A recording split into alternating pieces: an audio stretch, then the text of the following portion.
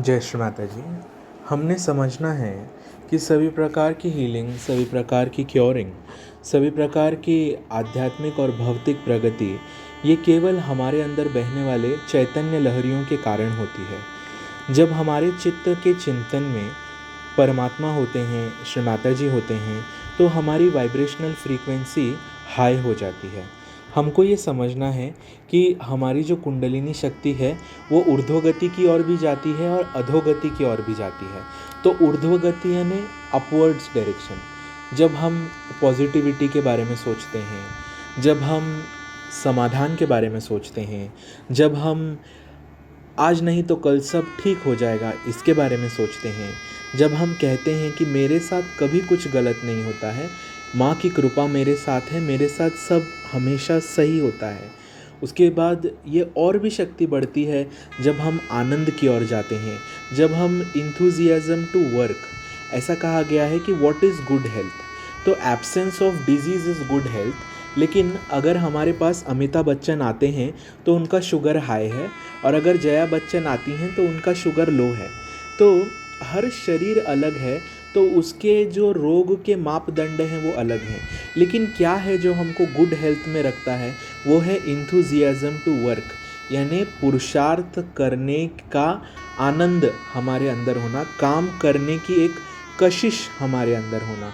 जब हम पैशनेट होते हैं, जब हम स्वतः कुछ आगे बढ़कर जिम्मेदारी लेना चाहते हैं, जब हम अपनों से प्यार करते हैं और जिन्होंने हमारा अपमान किया उनका सम्मान करते हैं, जब हम ऐसे सबको प्रगति की ओर ले जाते हैं, सबको उद्गति की ओर ले जाते हैं, और जब हम अपने आप को संपूर्णतया परमेश्वरी शक्ति से एक पाते हैं, जब हम बिना किसी कारण के खुश रहते हैं, ये सारी चीज़ें अगर हमारे साथ हो रही हैं तो हमारी आध्यात्मिक प्रगति हो रही है, हमारी कुंडलिनी शक्ति ऊपर की ओर जा रही है।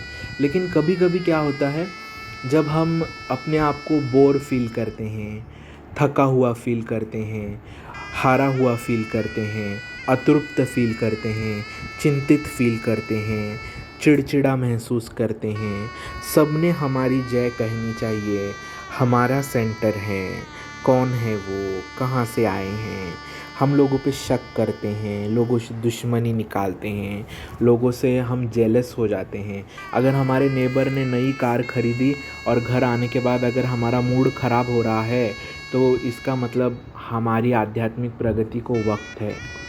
जब हम भयभीत हो जाते हैं कि भविष्य में क्या होगा, जब हम अपने आप को दोषी भाव में लाते हैं, नफ़रत में लाते हैं, या जब हम अपने आप को सक्षम समझते हैं, यानी हम अपने आप को किसी का दबाव में महसूस करते हैं, हम अपने आप को अशक्त समझते हैं, तो ये सब जो हमारे अनुभूतियाँ हैं, इसका अर्थ क्या, हमारे अंदर की जो पॉजिटिव एनर्जी है जो नीचे की ओर जा रही है, यानी नाश की ओर जा रही है। हमको ये ध्यान में लेना है कि जिस पल हम श्री माता जी के तस्वीर को सिर्फ तस्वीर ना समझते हुए साक्षात माँ समझेंगे, एक श्री माता जी के फ़ोटोग्राफ के सामने आधा घंटा बैठेंगे, श्री माता जी के फ़ोटोग्राफ की ओर देख के हम एक स्माइल देंगे, तो श्री माता जी की भी फ़ोटोग्राफ हमको स्माइल देती है। जब कंटिन्यू हम श्री माता जी की आँखों में देखते हैं तो श्री माता जी भी उनके नज़र करम हम पे करती हैं। जब हम श्री माता जी के फ़ोटोग्राफ को फ्लावर्स ऑफ़र करते हैं, या कहते हैं ना, सब लाए फूलों की चादर बस एक टूटा दिल में लाई। जब हम श्री माता जी को अपने दिल का हाल बयां करते हैं, कुछ मंत्र नहीं बोलते हैं, कुछ ट्रीटमेंट नहीं करते, कुछ भी नहीं करते, सिर्फ माँ के प्रतिमा के सामने भी बैठते हैं, तो हम पूरी तरीके से ठीक हो जाते हैं, क्योंकि हम जो है हाई एनर्जी फ्रीक्वेंसी की ओर बढ़ते हैं। बहुत बार ऐसा होता है कि लोगों को वाइब्रेशंस पूछते हैं, भैया कैसे महसूस होते हैं, तो वो स्वयं चालित शक्ति है, आंतरिक अनुभूति है, और वो अपने आप आपके दोनों हाथों से धीरे धीरे बारीक हवा जैसे स्पंद बहने लग जाते हैं। उसके बाद में कभी कभी क्या होता है, जब हम छुप के कुछ गलत काम करते हैं, हमारे गूगल के इनकॉग्निशन मोड में हमारे जो भी एक्टिविटीज़ चलती हैं, और फिर ये सब जो इम्प्योर वर्क है, एडिक्शंस हैं, झूठी बातें हैं, किसी को फंसाना है, किसी की बदनामी करना है, तो हमारे अंदर के चैतन्य की लहरियों का प्रवाह बंद हो जाता है। हमको ये समझना है कि हमको सबसे पहले नियमों का पालन करना है, जो हमारे सहज धर्म हैं, जो जीवन में बहुत ही बेसिक राइट एंड रॉन्ग के लॉज हैं, उनको हमें फॉलो करना है। हमें हमारे बारे में नहीं सोचना है, हमें विश्व के बारे में सोचना है, हमें प्यूरिटी के बारे में सोचना है, हमें सही गलत के बारे में सोचना है, हमें इस विश्व निर्मल धर्म को अपने हृदय से अपनाना है। जब हमारे अंदर ये तत्व आता है तो हमारे अंदर के चैतन्य लहरियाँ अपने आप बढ़ जाती हैं।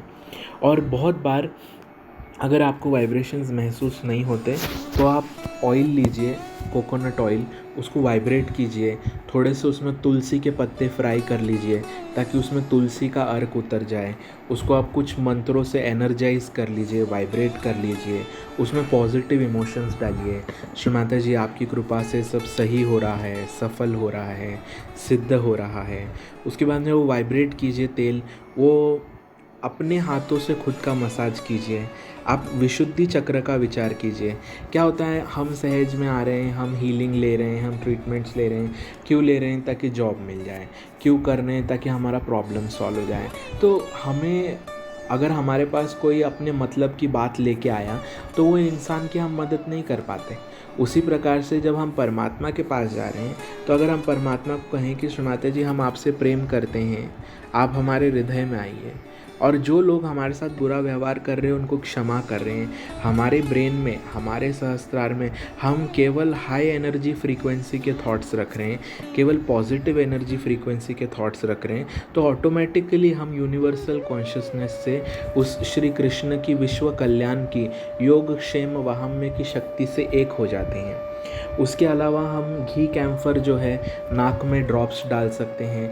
अगर कैम्फर के एलर्जी है तो कोकोनट ऑयल का ड्रॉप डाल सकते हैं, अनु तेल है वो डाल सकते हैं। और हम सबको एक चीज़ ध्यान में लेनी है कि हमको महसूस करना है कि श्री माता जी की प्रतिमा सिर्फ प्रतिमा नहीं, वो साक्षात परमेश्वरी शक्ति है। इस माइथोलॉजी को हमको कनेक्ट करना है ताकि हमारे अंदर पॉजिटिव इमोशंस का कनेक्शन स्ट्रॉन्ग हो जाए। जो भी हमारी माइथोलॉजी ने हमें देवता, एंजल्स, पॉजिटिविटी, प्रॉब्लम सॉल्यूशन, एक प्रकार की सकारात्मक ऊर्जा दी है, उसको हमको माइथोलॉजी न रखते हुए रियल लाइफ एनालॉजी पे लाना है। अभी बहुत बार ऐसा हो जाता है कि लोगों को अपने अंदर एक अलग ही नर्वसनेस रहता है, एक डिस्टर्बेंस रहता है, तो उसको रीज़न क्या देते हैं? बीमारी है, प्रॉब्लम है। लेकिन जब हमारे अंदर उथल पुथल है तो हमारे बाहर शांति नहीं आ सकती। और अगर हमारे बाहरी जीवन में अशांति है, लेकिन अगर हमारे अंदर शांति है तो बाहर की अशांति को वो स्थिर कर सकती है।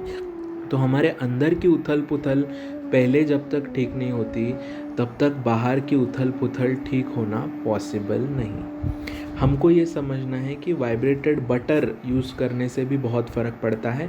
बहुत बार मैंने फ़ील किया है कि लोगों का पेट साफ़ नहीं होता करके वो चिड़चिड़े रहते हैं, करके उनके अंदर जो डाइजेस्टिव जूसेस हैं वो उनके ब्लड में नहीं रहते, उनके ब्रेन में ऑक्सीजन का भी फ्लो कम रहता है, करके उनके बॉडी में डोपामिन रिलीज़ नहीं होता, वो स्ट्रेस्ड रहते हैं। तो ऐसे समय में गर्म दूध के अंदर घी लेने से भी थोड़ा सा वाइब्रेट करके पीने से बहुत फ़र्क पड़ता है।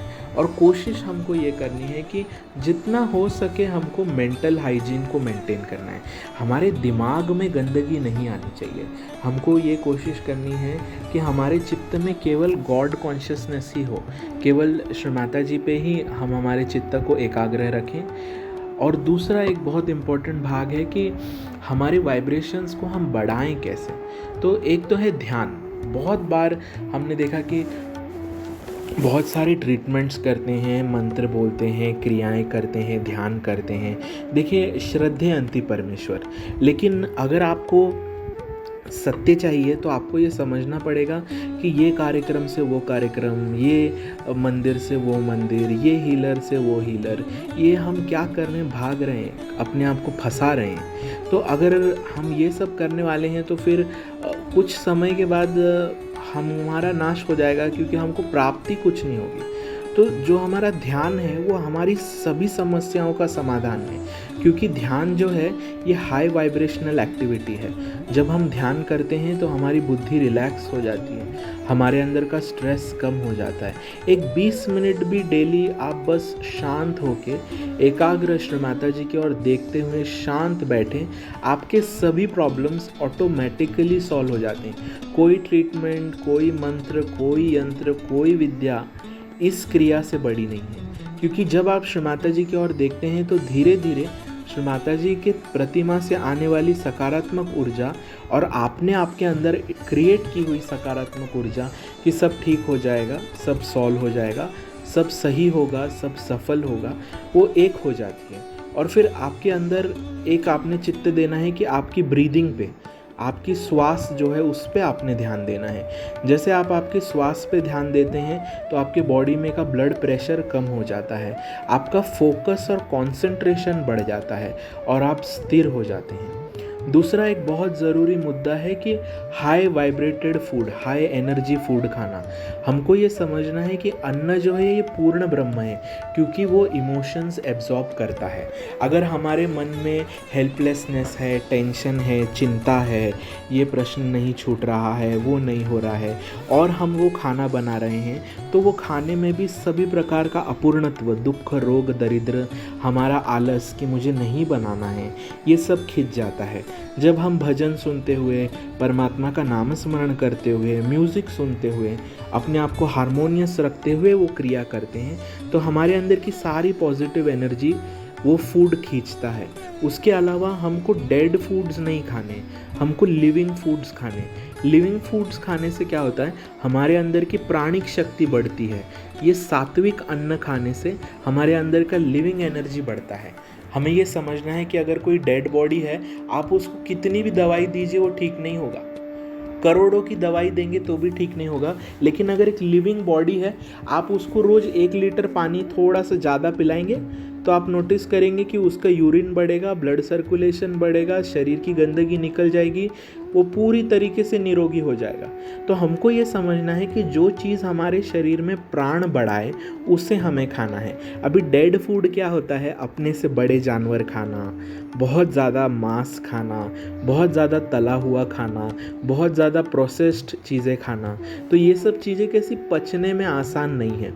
आपको ये समझना है कि जब इंसान एक हंटर गैदरर था, कच्चा मांस खाता था, तो सारी जो ऊर्जा थी वो पेट में ही चली जाती थी, नाभि में ही, अतृप्तता में ही सब खत्म होता था। जब उसने खाना पका के खाना शुरू किया, एनर्जाइज करके खाना शुरू किया, तो धीरे धीरे वो खाना आसानी से पचने लगा और ऊर्जा बुद्धि में गई और बुद्धि का विकास हुआ। तो हमको ऐसा फूड खाना है जो सात्विक है, फल फूल, ये जो चीज़ें हैं बहुत ज़्यादा पॉजिटिव एनर्जी एब्जॉर्ब करती हैं। और जितना ज़्यादा हम वाइब्रेटेड वाटर लेंगे तो वो हमारे बॉडी को डिटॉक्सिफाई करेगा। लेकिन हमको ये समझना है कि वाइब्रेशंस कैसे जाते हैं। श्री माता जी, आपकी परम कृपा से मैं सुखी हूँ, समाधानी हूँ, सफल हूँ, यशस्वी हूँ। तो ये पॉजिटिविटी है, और ये लेके हम अन्नपूर्णा का मंत्र बोलेंगे तो वो खाना वाइब्रेट होगा। अगर हमने अन्नपूर्णा का मुंह में मंत्र है और माँ ये काम नहीं हो रहा है, वो काम नहीं हो रहा है, ये नहीं हो रहा है, वो नहीं हो रहा है, तो फिर वो खाने में अपूर्णत्व जाएगा और उसको श्री माता जी स्वीकार नहीं करते। उसको ये विश्व की यूनिवर्सल आदिशक्ति जो है, जो यूनिवर्सल कॉन्शियसनेस है, उसको एक्सेप्ट नहीं करती। उसके बाद में आता है मुद्दा कि जो हम सुनते हैं वो हमारे जीवन में उतरता है। तो हमको ये करना है कि हम हाई वाइब्रेशनल म्यूज़िक सुने। ऐसे वाइब्रेशनल म्यूज़िक से हमारा ब्रेन रिलैक्स होता है, हमारी एनर्जी लेवल बढ़ती है, हमारे अंदर एक प्रकार की कर्तृत्व की शक्ति जागती है। हमें ये ध्यान में लेना है कि जो कान पे पड़ेगा वो जीवन में घड़ेगा। तो हमारे कानों में किसी भी प्रकार की निंदा, किसी भी प्रकार की गॉसिप, इसकी बुराई, उसकी बुराई, ये सब चीज़ों में हमने जाना ही नहीं है, क्योंकि ये सब एक प्रकार का वायरस है, ये सब एक प्रकार की नेगेटिविटी है। उसके बाद में निसर्ग जो है वही परमात्मा का साकार स्वरूप है। जितना हम निसर्ग की ओर जाएंगे, पेड़ों में जाएंगे, एक गार्डन में बैठ के भजन सुनेंगे, एक वॉक कर लेंगे, हमें ये समझना है सारी दुनिया जो है चप्पल घर के बाहर रखती है, लेकिन जो आदिगुरु दत्तात्रेय के जितने भी सिद्धपीठ हैं सभी पे उनकी पादुकाओं की पूजा होती है, क्योंकि दत्त कहते हैं कि हमें कर्म करना है और धर्म को पाना है। देरे हरि खाटे वरी, मतलब हम तो बिस्तर पे लेटे रहेंगे और परमात्मा सब करेंगे, क्योंकि हम कार्यक्रमों में जा रहे हैं, सिद्ध पीठों पे जा रहे हैं, तो ये सत्य नहीं है। उसके बाद में दूसरा जो हमको समझना है कि हमको बिना चप्पल के घूमना है, ताकि ज़्यादा से ज़्यादा हमारे अंदर सकारात्मक ऊर्जा प्रवेश करे। और शुक्रिया, हमें परमात्मा का शुक्राना करना है। जब भी हम ग्रैटिट्यूड में होते हैं, थैंकफुलनेस में होते हैं, हमारे अंदर के सारे नेगेटिव इमोशंस ब्लॉक हो जाते हैं। हमारे ऊपर आने वाले सभी प्रकार की आसुरी विद्या, सभी प्रकार की अगुरु, कुगुरु, सभी प्रकार के माइंड में के फॉल्स ट्रैप्स सब नष्ट हो जाते हैं। हमको एक पेन पेपर लेना है और 5 चीज़ें लिख के निकालनी है जो हमारे पास अच्छी है, और रोज़ श्री माता जी को थैंक यू बोलना है कि माँ आपकी दुआ से सब सही हो रहा है, सफल हो रहा है, सिद्ध हो रहा है, और शांत होके सो जाना है। आप नोटिस करेंगे कि आपके अंदर के वाइब्रेशंस के फ्लो बहुत ज़्यादा बढ़ गए। हमको ये समझना बहुत ज़रूरी है कि जब जब हम अपने आप को पॉजिटिव मोटिवेशन में रखेंगे तभी हमारे अंदर की एनर्जी फ्रीक्वेंसी हाई रहेगी। जब हमारे अंदर की एनर्जी फ्रीक्वेंसी हाई रहेगी तभी हमारे अंदर चैतन्य लहरियों का प्रवाह बढ़ेगा। अभी हम ये समझेंगे कि कम से ज़्यादा कैसे चैतन्य लहरी बढ़ती है। जब हमको अपने आप की शर्म आती है तो हमारी एनर्जी फ्रीक्वेंसी बहुत कम है, फिर हम अपने आप को दोषी समझते हैं तो उससे थोड़ी बढ़ी, फिर उसके बाद में अरे लोगों के साथ कितना बुरा हो रहा है, फिर उससे थोड़ी बढ़ी, फिर अरे मेरे हृदय में कितना दुख है, प्रभु आओ मेरी मदद करो, फिर उससे थोड़ी बढ़ी, फिर भय डर, उससे और थोड़ी सी बढ़ी, फिर डिज़ायर कि चलो कुछ करके दिखाते हैं, उससे बढ़ी, फिर एंगर, क्रोध कि अभी मुझे इतना मेरा अपमान किया है कि मुझे ज़िंदगी में कुछ करके तो दिखाना ही है, फिर उससे थोड़ी बड़ी कि भाई वो मैं बहुत ख़ास हूँ तो मैं ज़िंदगी में कुछ ख़ास बनूँगा। अब ये क्या है, लो एनर्जी फ्रीक्वेंसीज़। फिर थोड़ा सा हायर एनर्जी फ्रीक्वेंसी क्या है कि हाँ, हिम्मत करने वालों की हार नहीं होती, कोशिश करने वालों की हार नहीं होती। फिर न्यूट्रल रहना कि ठीक है भाई, सही है गलत है, साक्षी भाव में बने रहो। फिर विलिंगनेस कि चलो कुछ अच्छा करते हैं, कुछ बढ़िया करते हैं, चलो किसी की मदद करते हैं। फिर दूसरी बात है स्वीकार कि हाँ देखो मैंने आलस किया है, मैं अपनी जिम्मेदारी नहीं ले रहा हूँ, मैं भगवान के नाम पे अपने आप को फंसा रहा हूँ, लोगों को फंसा रहा हूँ, ये कार्यक्रम से वो कार्यक्रम, वो कार्यक्रम से वो कार्यक्रम, ये हीलर से वो हीलर, वो हीलर से वो हीलर। लेकिन अपने आप के साथ बैठना माँ की तस्वीर के सामने बहुत ज़रूरी है। क्या है, कर्मों से बहुत चीज़ें होती हैं, लेकिन परमेश्वरी आशीर्वाद से और भी चीज़ें सही होती है, क्योंकि विचार भी कर्म का रूप है। तो जब हमारे अंदर परमेश्वर के विचार हैं